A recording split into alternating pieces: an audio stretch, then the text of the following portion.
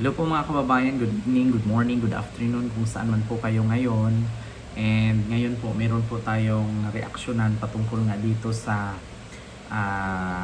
balita ngayon na kung saan ay mapupuspon daw itong tawag dito, trial ni Digong sa September 23 sa ICC kasi nga ang kadahilanan mga kababayan ay unfit to stand trial. Yan po ang inilabas ng defense team ni Digong sa Netherlands na kung saan hindi daw makakadalo si Digong dahil sa sakit or malubha na ba talaga mga kababayan. So ito po, panoorin nyo po, ito po ay mula sa UNTV po mga kababayan. So lakasan ko lang ha. Ayan po. Ipinagpaliban ng international... Actually mga kababayan, no, sorry, ito po pala ay DZMM. So ito po ang kanilang balita. Pakinggan niyo po. Criminal Court ang confirmation of charges laban kay dating Pangulong Rodrigo Duterte. Walang inanunsyong petsa ang ICC Pre-Trial Chamber 1 kung kailan ang pagdinig na nakatakda sana sa September 23. Mayorya ng hukom ang pumabor sa limitadong pagpapaliban sa confirmation of charges dahil sa katuwiran ng defense team na unfit to stand trial o hindi kayang dumalo ng dating Pangulo sa paglilitis dahil sa kalagayan ng kalusugan. Tanging si Judge Maria del Socorro Flores Lera ang tumutol at iginiit na dapat ituloy ang paglilitis. Tutukuyin ang bagong petsa kapag naresolba na ang issue hinggil sa pagharap ni dating Pangulong Duterte. Layo ng confirmation of charges na matukoy kung may sapat na ebidensya para magsagawa ng pagdinig sa kasong crimes against humanity.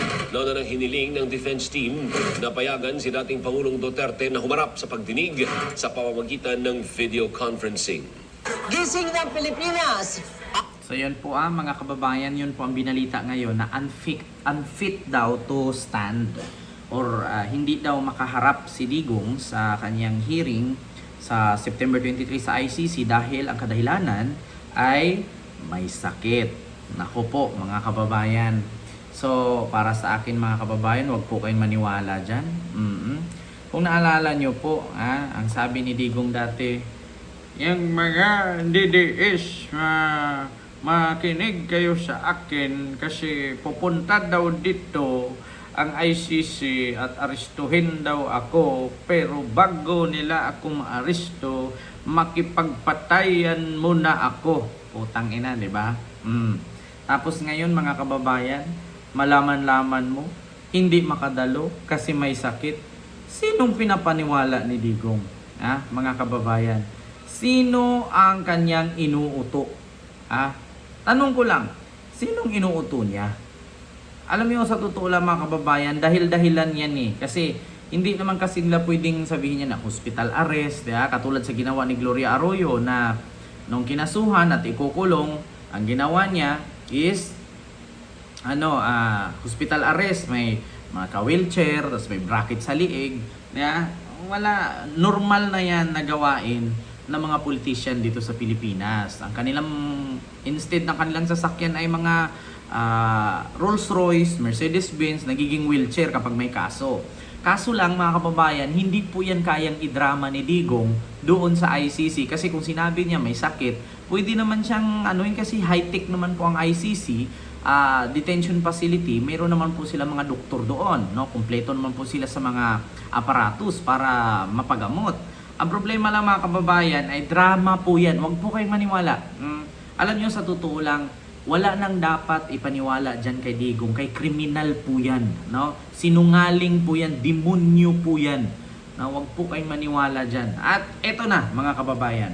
Bukod nga dyan mga kababayan, kakapasok lang, na ang sabi nga ng lawyer na mga biktima ni Digong na sa AGK na si Cristina Conte, ang sabi niya, hindi pa nagsimula ang hearing, nagsimula na ang drama. Ito mga kababayan, pakinggan niyo po may ads lang. Pakinggan niyo po ang reaksyon ni Attorney Conte. Hindi pa daw nagsimula ang trial, Save on your first nagdrama booking. na, Claim nagsimula now. ng Yung magdrama. assumption at yung sinasabi nga nila, confirmation of charges kay dating Pangulong Duterte. At makakausap natin via Zoom ang ICC Assistant to Counsel, Secretary General ng National Union of People's Lawyer, NCR. Walang iba kundi ang suki na rito sa DZMM Radio sa 630, Attorney Maria Cristina Conti. Attorney Conti, good morning ho. Si Danny Buenafe sa programang Kabayan. Magandang umaga, Danny. Thank you very much, ma'am, sa oras na ibinigay ninyo. So, for now, di ba, wala pa naman specific date doon ng postponement, pero ang lumilitaw at lumulutang na dahilan, he is not fit. Para may medical condition na hinaharap at hindi masisiguro itong September 23, attorney? Opo, yan yung parang sinasabi nila Yes. na dahilan kung bakit, sa totoo lang ang request nila, kung bakit dapat indefinite ang postponement ng trial na ito or makancel altogether dahil sa ICC hindi pwedeng mag-try ng abogado na absent. Ganun Kaya ba? kung Oo. absent-minded o kaya kumbaga absent in spirit, Oo. aba, hindi rin dapat magtuloy. Kaya ito yung parang ina-argue nila na hindi kayang sundan ni Duterte ang proceedings at hindi niya meaningfully kayang mag-participate. Siyempre, Oo. tingnan muna natin kung anong sasabihin Oo. ito mga eksperto kung ipapatingin nga ba siya kasi hindi malinaw kung which part or anong bahagi ng katawan niya ang unfit for trial or Yun na ano ba nga ito Oo. na sinasabi niyang bakit hindi siya okay. Hindi ba malino? Pero yeah, para yeah. sa amin, Yes. parang drama lang. Ganon? Nako. Oo, pero ibig sabihin, kasi may narinig akong argumento, pwede naman daw mag-represent yung lawyer na hindi naman siya kailangan physically that he should be there. Pwede naman daw. Correct. So, pwede nyo ba i-argue yun? Opo, in fact, nasa Rule 124 ng Rules of Procedure and Evidence ng ICC na pwede mong i-waive ang appearance sa confirmation of charges. Okay, rinig nyo mga kababayan na kung sakali man hindi makadalo si Digong dahil ang dahilan may sakit or hindi kayang tumayo, so pwede pala mag-represent ang kanyang abogado. So pwede naman pala according nga kay Attorney Cristina Conte. Ang problema lang kasi ngayon mga kababayan, halimbawa, tanong ko lang, wala si Digong, hindi makadalo, hindi maka-attend. Ang tanong, paano sagutin ni Nicholas Kaufman ang mga katanungan, hindi nga siya nakapunta sa Pilipinas at higit sa lahat, wala siyang alam. Sabihin natin, may alam siya dahil sa kwento lang ni Digong, kwento ng kampo ni Digong. Paano naman yung istorya ng buhay ng biktima? Diyan ang malaking conflict mga kababayan. Sabi ko na nga sa inyo, sabi nga ng asawa ni Digong na si Hanilet, how could you defend a man if you don't know the man? So wala ka bang time na pumunta sa Pilipinas para mag-investigate? Wala ka bang time pumunta sa Pilipinas para pag-aralan mo na ang kaso ng aking asawa?